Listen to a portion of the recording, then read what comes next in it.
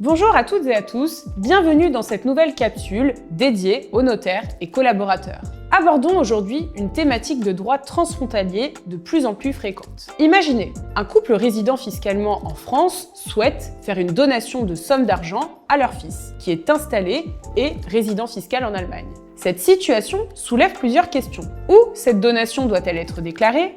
Quels impôts seront dus? Existe-t-il un risque de double imposition? Les sommes d'argent sont considérées comme des biens meubles incorporels. En vertu de l'article 9 de la Convention fiscale bilatérale entre la France et l'Allemagne du 12 octobre 2006, applicable aux successions et donations, la compétence pour imposer ce type de biens revient à l'état de résidence du donateur, soit ici la France. Ainsi, la donation doit être déclarée en France selon les règles habituelles, notamment auprès de la recette des non-résidents si le bénéficiaire n'est pas domicilié en France. L'abattement de 100 000 € par parent et par enfant s'applique et le barème progressif des droits de donation sera calculé sur la base du montant net transmis. Toutefois, en vertu de l'article 11, paragraphe 2b de la Convention franco-allemande, cette même donation est également susceptible d'être imposable en Allemagne car le bénéficiaire est résident fiscal allemand. L'Allemagne applique ses propres règles avec un abattement en ligne directe de 400 000 € et un barème de taux compris entre 7% et 30%. La Convention franco-allemande prévoit néanmoins un mécanisme d'élimination de la double imposition. Les droits acquittés en France peuvent être imputés sur les droits exigibles en Allemagne. Cette imputation nécessite que le donataire puisse prouver auprès de l'administration fiscale allemande le montant effectivement acquitté en France. En conclusion, la donation devra être déclarée dans les deux pays et le notaire devra accompagner le client dans la constitution du dossier